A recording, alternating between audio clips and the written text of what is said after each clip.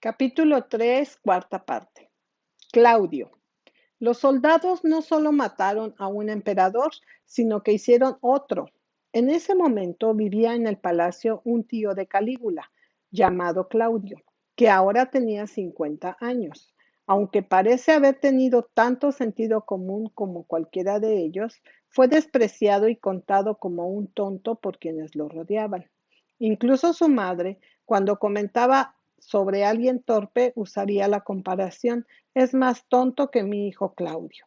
Sobre el palacio fue hecho el blanco de bromas y bromas pesadas de los cortesanos e incluso de los bufones. En la cena se llenaba de víveres y bebía hasta emborracharse, y luego se dormía en la mesa. Ante esto, los acompañantes le ponían huesos de aceituna o restos de víveres, y los bufones lo pinchaban con un bastón o lo cortaban con un látigo para despertarlo. Y cuando se iba a dormir, mientras roncaba, le ponían las pantuflas en sus manos para que cuando despertara e intentara frotarse los ojos para abrirlos, se frotara la cara con las pantuflas. La noche en que mataron a Calígula, Claudio, temiendo por su propia vida, se deslizó en un balcón y se escondió detrás de las cortinas de la puerta.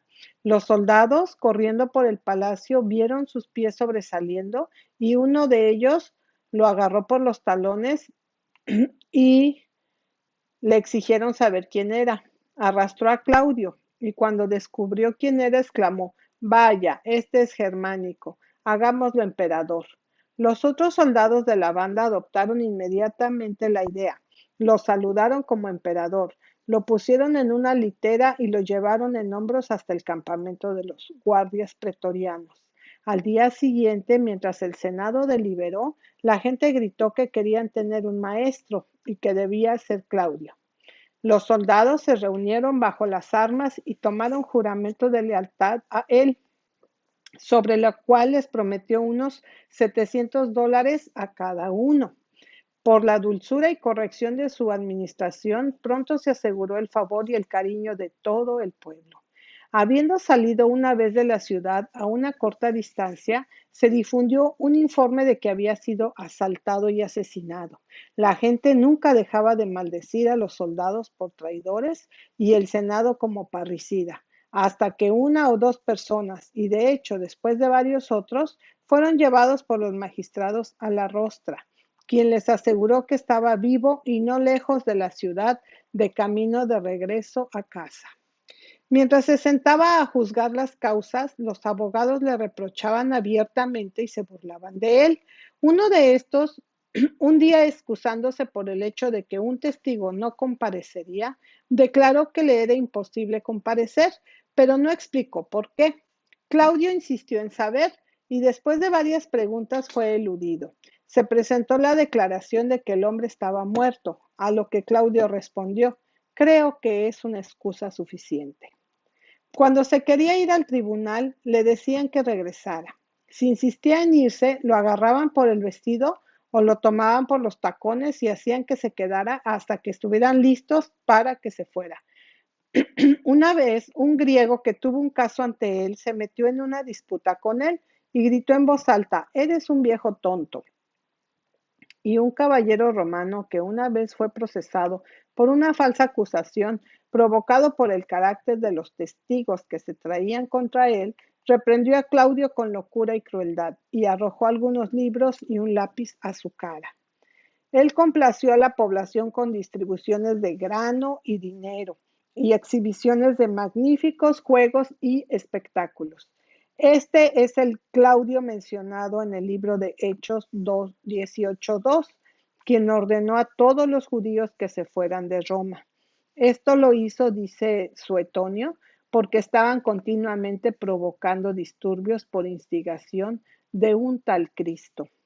Estas perturbaciones surgieron de las contiendas de los judíos contra los cristianos acerca de Cristo. Como los cristianos aún no se distinguían entre los judíos, el decreto de destierro tampoco hizo distinción, y cuando ordenó a todos los judíos partir de Roma, los cristianos estaban entre ellos. Uno de sus principales favoritos fue Félix, gobernador de Judea, mencionado en Hechos 23-24, ante quien Pablo suplicó y que temblaba como el apóstol, razonaba de justicia, templanza y juicio venidero. Claudio no era tan malo como Tiberio o Calígula, pero lo que a él mismo le faltaba a este respecto estaba sobradamente en sus esposas. En un matrimonio como en todo lo demás, Claudio había sido preeminente en la desgracia. Vivió en una época de cuyo signo más espantoso de depravación era que sus mujeres eran, si es posible, un tono peor que sus hombres, y era la miseria de Claudio. Como finalmente demostró su ruina, estar unido por matrimonio con las peores de todas. Princesas como la Berenice, la Drusila y la Salomé, y las Herodías de los historiadores sagrados, estaban en esta era de espectáculo familiar, pero ninguna de ellas fue tan perversa como al menos dos de las esposas de Claudio. Estaba comprometido o casado no menos de 5 veces. La primera dama destinada a ser su esposa había sido repudiada porque sus padres habían ofendido a Augustos. La siguiente murió el mismo día destinado a sus nupcias. De su primera esposa real, Urgulania, con quien se había casado en la juventud, tuvo 2 hijos, Druso y Claudia. Druso se ahogó accidentalmente en la niñez mientras trataba de tragar una pera que había sido arrojada al aire. Muy poco después del nacimiento de Claudia, al descubrir la infidelidad de Urgulania, Claudio se divorció de ella y ordenó que desnudaran a la niña y fuera expuesta hasta morir. Su segunda esposa, Elia Petina, parece haber sido una persona inadecuada y ella también se divorció. Su tercera y cuarta esposas vivieron para ganarse una infamia colosal. Yaleria Mesalina, por su descarado personaje; Agripina, la más joven, por su ambición sin escrúpulos. Mesalina, cuando se casó, tenía aproximadamente 15 años, pero de inmediato asumió una posición dominante y la aseguró por medio de la más descarada malicia. Pero ella no reinaba tan absolutamente tranquila como para estar libre de sus propios celos y aprensiones, y estos fueron encendidos principalmente por Julia y Agripina, las dos sobrinas del emperador. Eran nada menos que mujeres hermosas, brillantes y de mal corazón, dispuestas a formar sus propias cuadrillas y a disputar hasta donde se atrevieran la supremacía de una rival audaz pero temeraria. Ellas también usaron sus artes de riqueza, su rango, su influencia política, sus fascinaciones personales para asegurarse una banda de adherentes listos cuando el debido momento llegara para cualquier conspiración. La vida de esta hermosa princesa, por corta que haya sido, porque murió a una edad muy temprana, fue suficiente para hacer de su nombre un proverbio de eterna infamia. Por un tiempo ella parecía irresistible. Su fascinación personal había ganado para ella un dominio ilimitado sobre la mente fácil de Claudio, y ella había conquistado por sus intrigas o aterrorizado por su severidad despiadada al más noble de los romanos y el más poderoso de los libertos. Ella se enamoró tan vehementemente de Cayo Silio, el más hermoso de la juventud romana, que ella le obligó a divorciarse de su esposa, Julia Silana, una dama de alta calidad, para que ella pudiera tenerlo para ella sola. Tampoco era ciego al peligro y maldad de su crimen, pero como había cierta destrucción en rechazarla y hubo algunas esperanzas al seducir a Claudio, mientras se le ofrecían grandes recompensas para él, se contentó con lo que podía suceder después y disfrutar de las ventajas del presente. La emperatriz no procedió sigilosamente, sino que fue a su casa con frecuencia, con un tren numeroso, lo acompañó incesantemente en el extranjero, lo cargó de regalos y honores, y al fin, como si la fortuna fuera del imperio, hubiera sido transferida a la esposa del emperador, en la casa de su adúltero ahora se veía a los esclavos, los libertos y el carruaje del príncipe. Claudio hizo un viaje a Ostia y mientras estaba afuera, Mesalina celebró públicamente su matrimonio concilio, su ceremonia real. Soy consciente de que parecerá fabuloso que cualquier ser humano hubiera exhibido tal imprudencia de las consecuencias. Y eso en una ciudad donde todo se conocía y se hablaba mucho, más un cónsul electo. Debería haberse reunido con la esposa del emperador en un día determinado, en presencia de las personas convocadas para sellar las escrituras en cuanto al propósito de la procreación y que ella debería escuchar las palabras de los augures.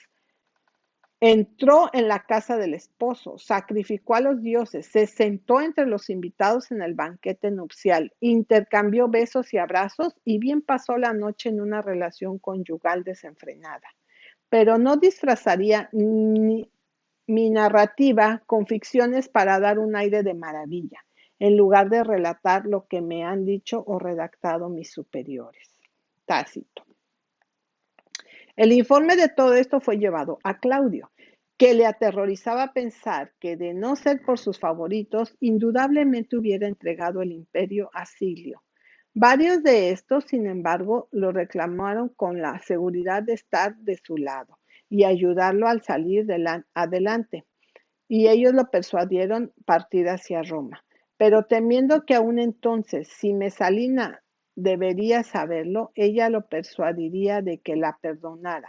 Lo llevaron en el mismo carruaje con ellos, y durante todo el camino uno de ellos no paraba de exclamar: «Oh vileza, oh traición». En cuanto a Mesalina, ella nunca se revolcó en mayor voluptuosidad. Fue entonces a mediados de otoño y en su casa exhibió una representación de la vendimia. Los lagares de tinas de vino fluían y alrededor de ellas danzaban mujeres vestidas con pieles como bacanal en sus sacrificios o bajo la inspiración enloquecedora de su deidad. Ella misma, con su cabello suelto, ondeaba un tirso. A su lado Silio, coronado de hiedra y vistiendo buskins, sacudió la cabeza, mientras a su alrededor bailaba el caprichoso coro en estrepitoso jolgorio. Se informa que Jectius Valens, habiendo trepado en la fiesta a un árbol muy alto, cuando se le preguntó lo que vio, respondió: una terrible tormenta de Ostia. Esa tormenta venía rápidamente, y cuando llegó, Mesalina tuvo el privilegio de suicidarse. Ella lanzó la daga 2 veces, pero falló, y luego un tribuno la atravesó con su espada. El mensaje fue llevado a Claudio mientras estaba sentado en una fiesta que Mesalina ya no existía, a lo que no respondió ni preguntó, sino que pidió una copa de vino y procedió a las ceremonias habituales de la fiesta. Ni tampoco manifestó durante los días siguientes ningún síntoma de disgusto o alegría, de resentimiento o pena, ni en definitiva de ningún afecto humano, ni cuando vio a los acusadores de su esposa exultantes por su muerte, ni cuando él miró a sus hijos en duelo. Mesalina estaba muerta, pero por mala que hubiera sido, una mujer peor ocupó su lugar. Esta era Agripina, hermana de Calígula, sobrina de Claudio y madre de Nerón. Todo lo que hubiera de posible afecto en la tigresa, la naturaleza de Agripina, ahora estaba absorbida en la persona de su niño. Para ese niño, desde su cuna hasta su propia muerte por sus medios, ella se afanó y pecó. La furia de su ambición, inextricablemente ligada a la incontrolable fiereza de su amor por este único hijo, dirigió en adelante cada acción de su vida. El destino la había convertido en hermana de un emperador. La intriga la convirtió en la esposa de otro. Sus propios crímenes la convirtieron en madre de un tercero. Y a primera vista, su carrera podría haber parecido inusualmente exitosa, porque mientras aún estaba en la flor de la vida, ella estaba empuñando primero en nombre de su marido y luego en el hijo de ella.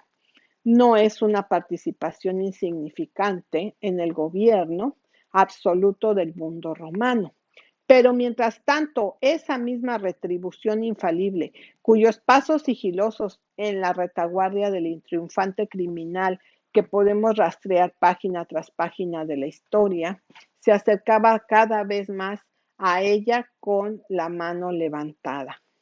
Cuando había alcanzado el ímpetu vertiginoso del amor gratificado y orgullo al que había vadeado a través de tantos hechos de pecado y sangre, ella fue derribada en terrible ruina y muerte violenta y vergonzosa a manos de ese mismo hijo por cuyo bien había violado tan a menudo las leyes de la virtud e integridad, y despreciada tan a menudo la pura y tierna obligación que incluso a los paganos les había enseñado la voz de Dios en su conciencia para reconocer y adorar.